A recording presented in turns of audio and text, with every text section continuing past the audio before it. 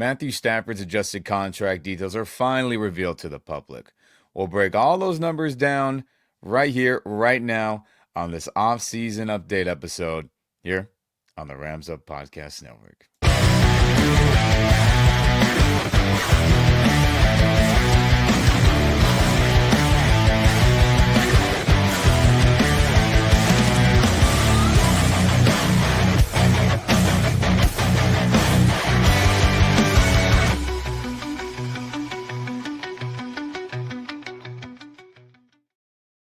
What's going on, Rams Nation? Welcome back to the Rams Up Podcast Network. I'm Ian, riding solo for this quick little update reaction video.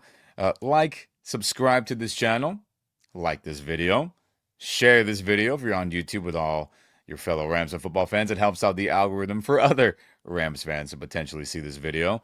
And if you're on the podcast only side of things, share this podcast with all your fellow Rams and football fans out there. Either or, I very much appreciate it. We on this channel very much appreciated. But, oh, baby, Matthew Stafford. The new details on his contract are finally been revealed to us. It has been months since the great news that he would be back as a Ram. And we've all been thinking, man, what the heck did this guy get? And we knew it wouldn't be some insane number, but it had been a while since we had just gotten any update on what those numbers could be, and we finally get an update. It is now a 2-year, $80 million deal with $40 million guaranteed. And that's a great team-friendly deal, in my opinion, for the Rams, but still honoring Stafford as someone like, hey, we're still not going to lowball you. We still want to pay you, but there had to be a balance, and luckily both sides agreed to that balance. And for anyone wondering, hey, where'd you get $40 million, guaranteed from, as there were other numbers floating around this morning? Well, let's pull up a tweet from Jason Over the Cap on X Twitter, who runs the great website for contracts and all those nitty-gritty details on Over the Cap. You can check out Stafford's contract and other players' contracts and cap space and all that fun stuff there. So he said, one update on the Stafford contract with the Rams.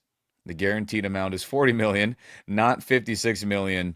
We had that incorrect, as he had some tweets and posts earlier in the morning saying that, hey, 56 was guaranteed, yada, yada. But after doing his math and his cap space economics, 40 million is the correct number. And that makes a lot of sense to me. So there you go, have it from one of the most reliable guys in terms of contract numbers and getting that info correct. Jason OTC, he says it here, 40 million, not 56. So let's pull up that contract and see exactly how this is all built together. So I'll go a little bit bigger screen here if you're on YouTube.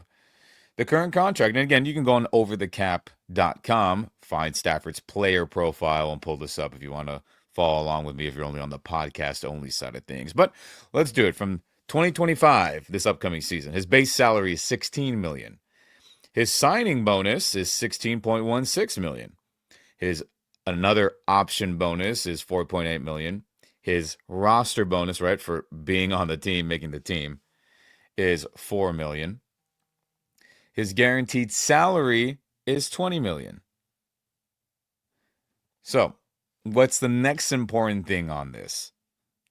His cap number is $40.9 million.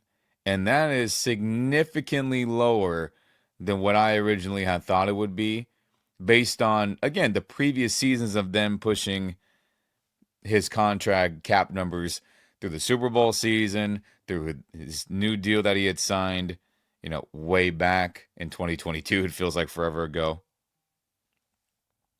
And with this, Rams Nation, this is fantastic, because we are no longer going to have to deal with a overinflated cap number for a quarterback that could really hamper a team. So if you look in 2026 and at 2027, you can see that the cap numbers are $41.7 million and $33.6 million. But as you can see here, he is not signed in 2027. You see void next to the base salary roster bonus and guaranteed salary all the way up until 2030. Now, what does that mean? The Rams are very in the forefront of getting contracts to have multiple void years. And what does that mean? That means phony years that a player will never play on are there to push forward cap dollars, so it's not all clumped together in one season where it's 55, 60 million for a potential quarterback like it could possibly have been for Matthew Stafford. So again, phony years attached to a player's contract to be able to spread out their cap hit number, the team spending number for that player, over a longer period of time. So again, if you did not know this, the physical money a player is getting from the team going into their bank to spend for their lives is not always going to be the same as the cap number. So a quick little example would be you're a player signed to the Los Angeles Rams, and I'm the GM. I'm paying you $40 million this season. Okay? And next season you're going to get another $40 million.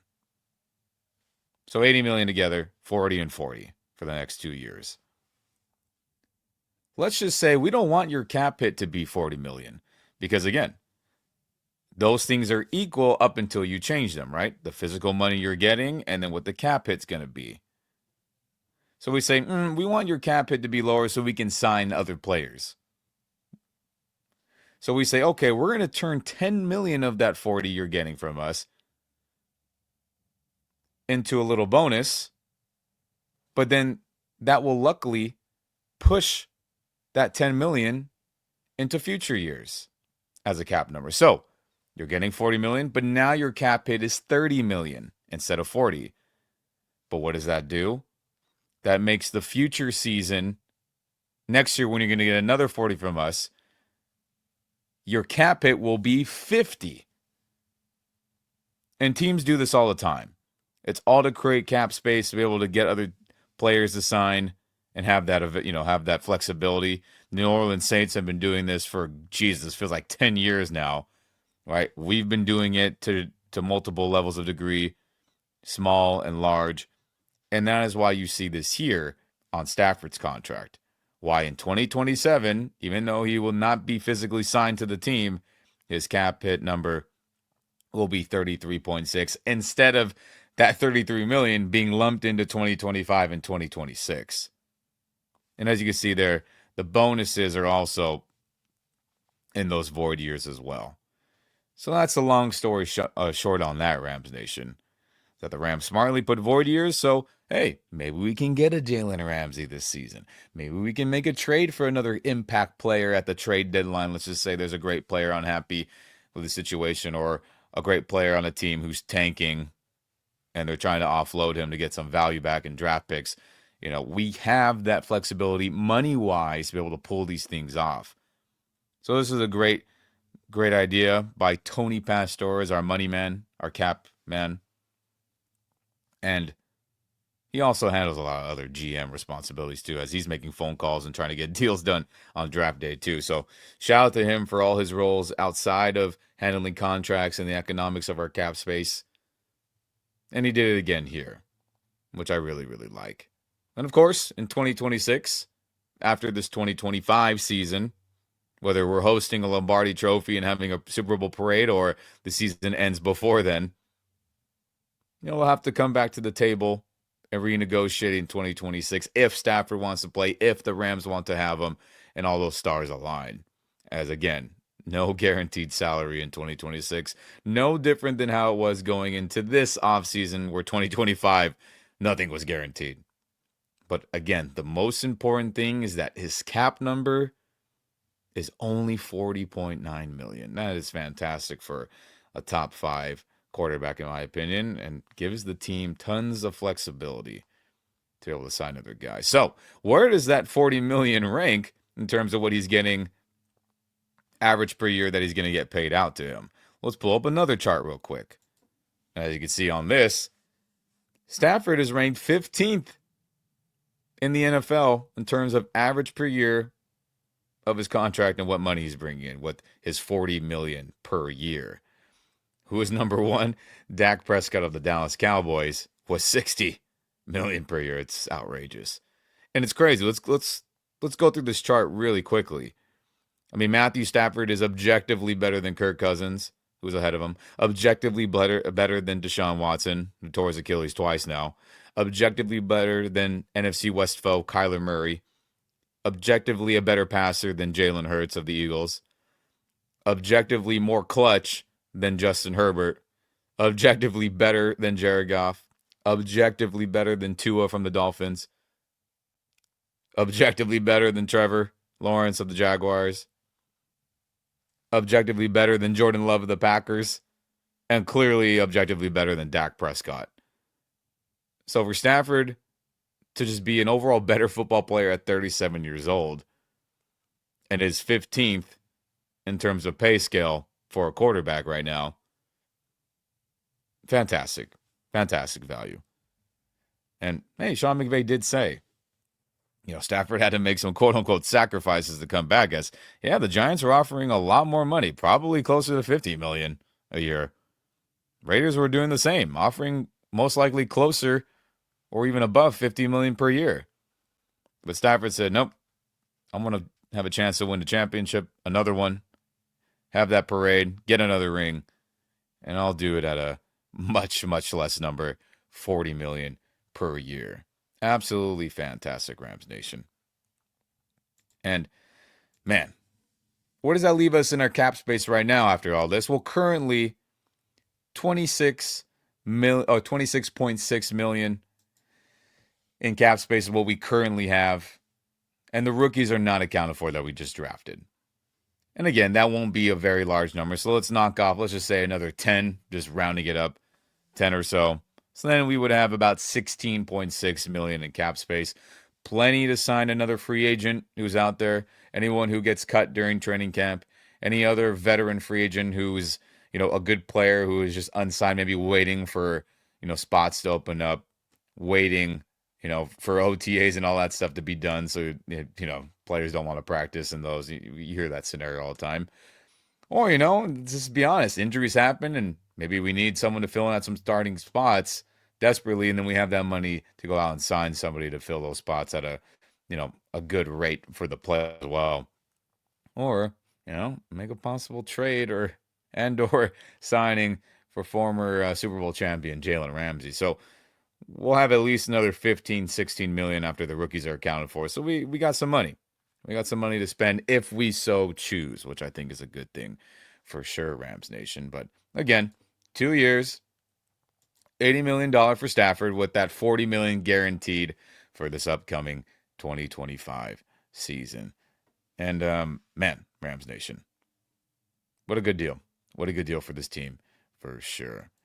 But let me know, Rams Nation, how do you feel about this contract? Adjusted contract, I should say, for Matthew Stafford. Do you feel like it was a fair deal? Should he have gotten more? Should he have maybe taken less? Or do you think this was the right amount? Let me know your thoughts in the comment section on YouTube. Let me know your thoughts in the comment section on Spotify, Apple Music, the podcast side of things. I'm very curious to hear your thoughts on this for sure, Rams Nation, as Matthew Stafford is back on a $40 million one-year deal, but really two. But it's more like a one-year deal based on no guarantees in 2026. But so be it. Let's go win that damn championship, Rams Nation. As whether he's wearing this throwback jersey I have pictured here, which I hope one day we get to see him in that, or we get some fun alternate, or maybe it's an all yellow, like this one pictured here. Oh, we see Stafford for at least another 2 years, but for sure, he's locked up for this upcoming 2025 season. But that'll do it here, Rams Nation, on this off-season update episode. Again, like, subscribe to the channel, share this video, share this podcast with all your fellow Rams and football fans out there. I very much appreciate it. We on this channel very much appreciate it. But never forget, baby, go Rams.